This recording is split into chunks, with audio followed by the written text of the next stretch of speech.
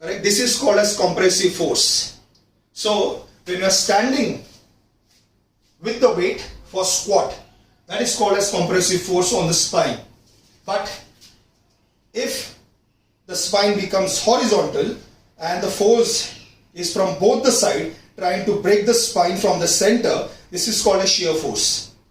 Now watch, your spine during the squat, at the start position it goes through compressive force, at the bottom of the position it goes through shear force, and during deadlifts, which I am definitely going to talk about in the next chapter, see, it is under shear force. So if ankle mobility is insufficient, this will compromise knee tracking. The knees won't be able to track in front, and if they don't track in front, you are limiting movement around the ankle, and that will be compensated by excessive hip movement. Excuse me.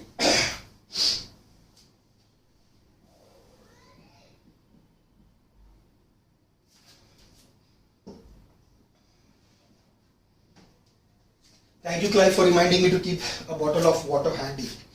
Now, as I said, if ankle mobility is insufficient, the knees won't track in the direction of toes to its full potential, and that will be compensated by excessive movement at the hip, which will force your spine to go into shear force.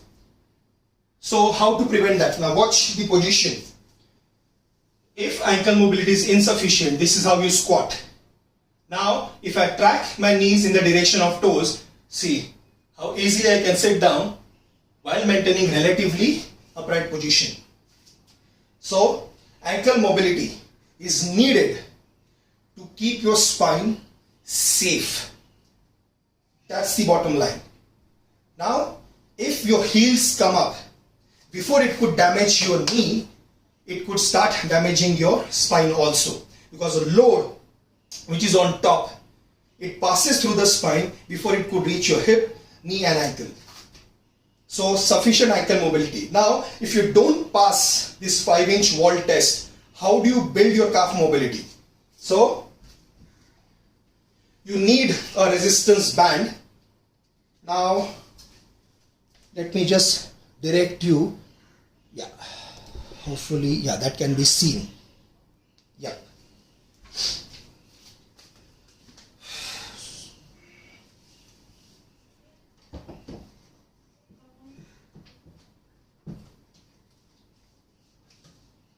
Now what I am doing right now is the same wall stretch what you did, but with an assistance of a band and with a table in front. Now what I do, is it visible? Yes, wait. Yeah, cool. So how I do it? So wherever your shin bone ends and your foot starts, there is a bone here, it's called the talus bone. So the band is exactly put above it. So for a reference point for people who are not anatomically too sound, wherever the shin bone ends or the angle where it creates, the shin is perpendicular to the ground, the foot is horizontal. So the perfect angle, the 90-degree angle wherever it creates, you keep that band around it, and the other end must be in line with it or slightly lower. Now what you do is you stretch that point and put it on a slightly elevated floor. Now from here on, the band is trying to pull your talus bone back, and you try to push your knee forward. Now as you do so, the heels are not coming up, but the band is actively trying to pull that talus bone back. So this, hold it for like 10-15 seconds, because a lot of time when people try to do this wall stretch that I showed just now, 5 inches away from wall, people do get some pinching sensation in front of the ankle. So what you do is simply, it's put this resistance band and you simply put it forward. So the goal is to get your knees in the direction of your toes and make sure they try to pass your toe line. If they pass your toe line without your heels coming off, which means your ankle mobility is getting sufficient. That's how you build enough mobility around the ankle joint, which is needed for a deep squat without the foot coming off. Now another thing, if this board is kept slightly elevated, what I mean by that, now a lot of gyms have got adjustable bench. So the bench can be kept flat, but ideally speaking, keep it slightly inclined. So the incline, which means the slope is towards you. So when you keep the foot on top, let me see if I can do this here, which is highly impossible, but just understand what I'm trying to explain. This is how the foot will look like. So the foot creates an additional angle and you try to push it forward. So you do the same stretch by simply keeping the platform or the surface slightly inclined. So that puts an additional stretch around the ankle joint, around the calf muscles. So that is one way to build your ankle mobility. So, yes. So in order to get your squat efficient, we spoke about the release of the foot, then we spoke about the toe separator, and then we spoke about the ankle mobility, so that you get enough movement of the knee. If you recollect, the taller you are, longer the foot size.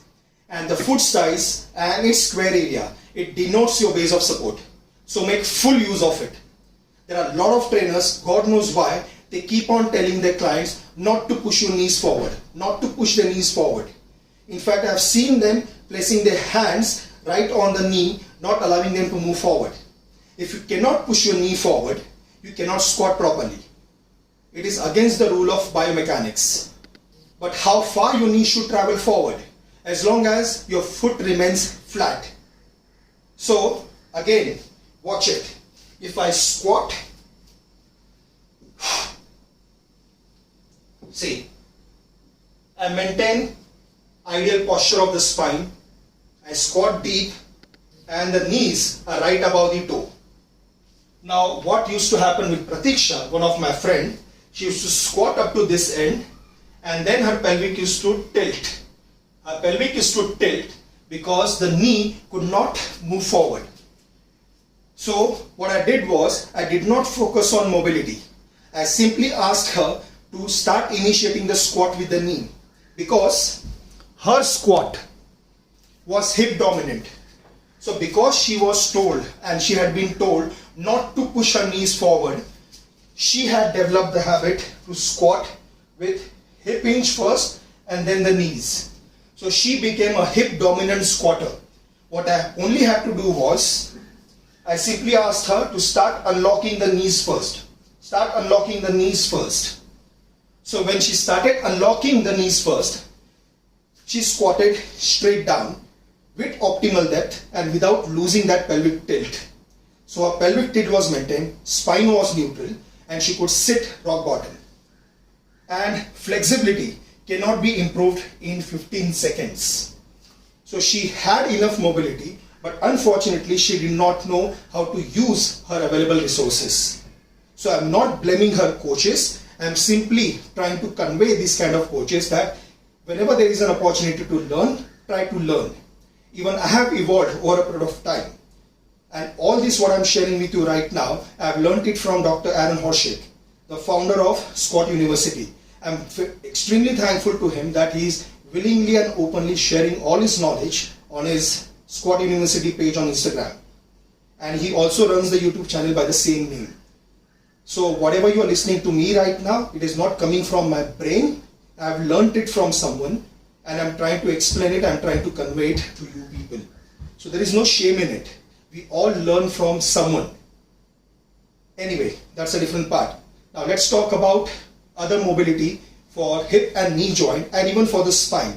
So the basic things that you can do to keep your spine nice and upright, because finally it has to be held neutral. But first we could begin with the cat camel, the standard. So your palm are under the shoulder, knees are under the hip. Now you try to look towards the sky.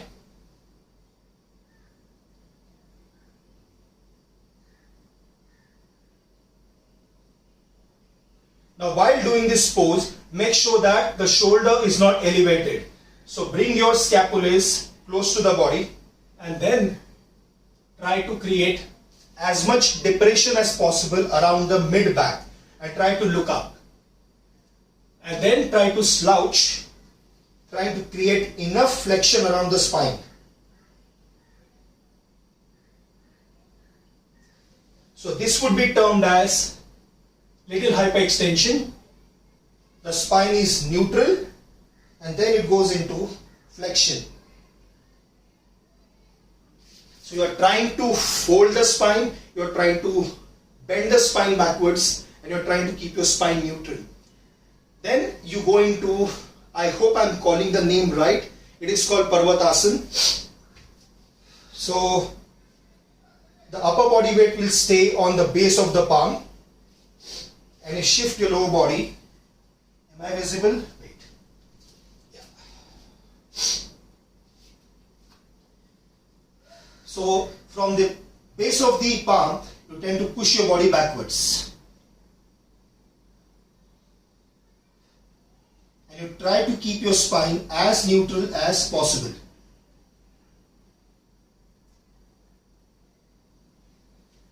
So this would certainly open up not just the calves but also the hamstrings, also the glute, so to speak the entire posterior fascia. Excuse me.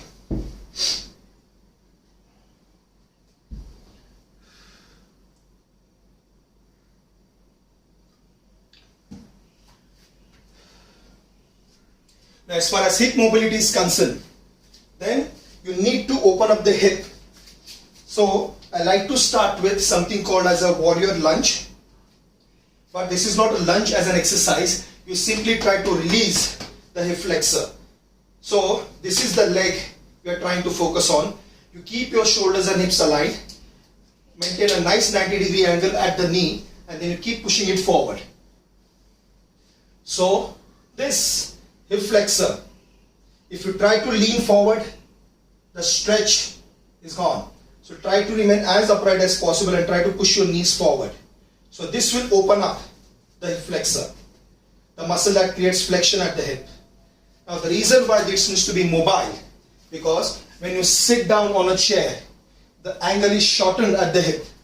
So more often hip flexors are too tight. So that inhibit you to maintain ideal alignment of the pelvic. So that is one thing. So you release your hip joint with that stretch. Then there are a lot of hip mobility drills. So I'll try to show it by one.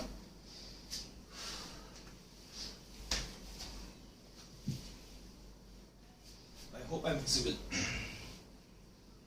Yes. I can push it slightly back.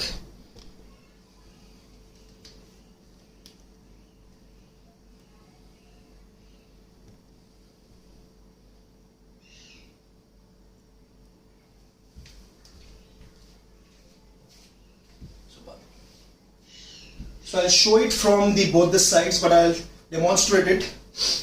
So in order to release your thoracolumbar fascia, if you remember thoracolumbar fascia, the lumbar region is the lower back and the thoracic is the mid back. So the fascia that connects both lumbar and thoracic needs to be released. So how do you do that?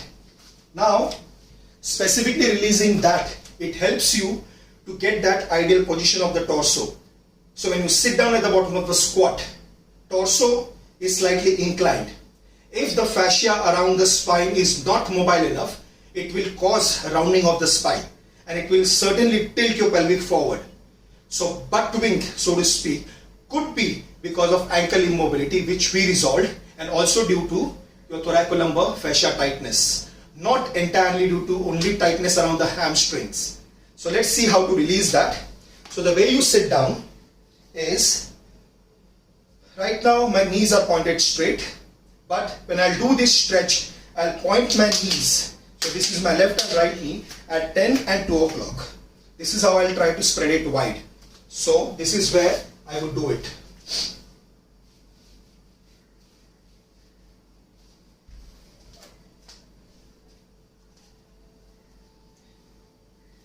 So 10 o'clock, 2 o'clock. Now watch my pelvic. I'm trying to maintain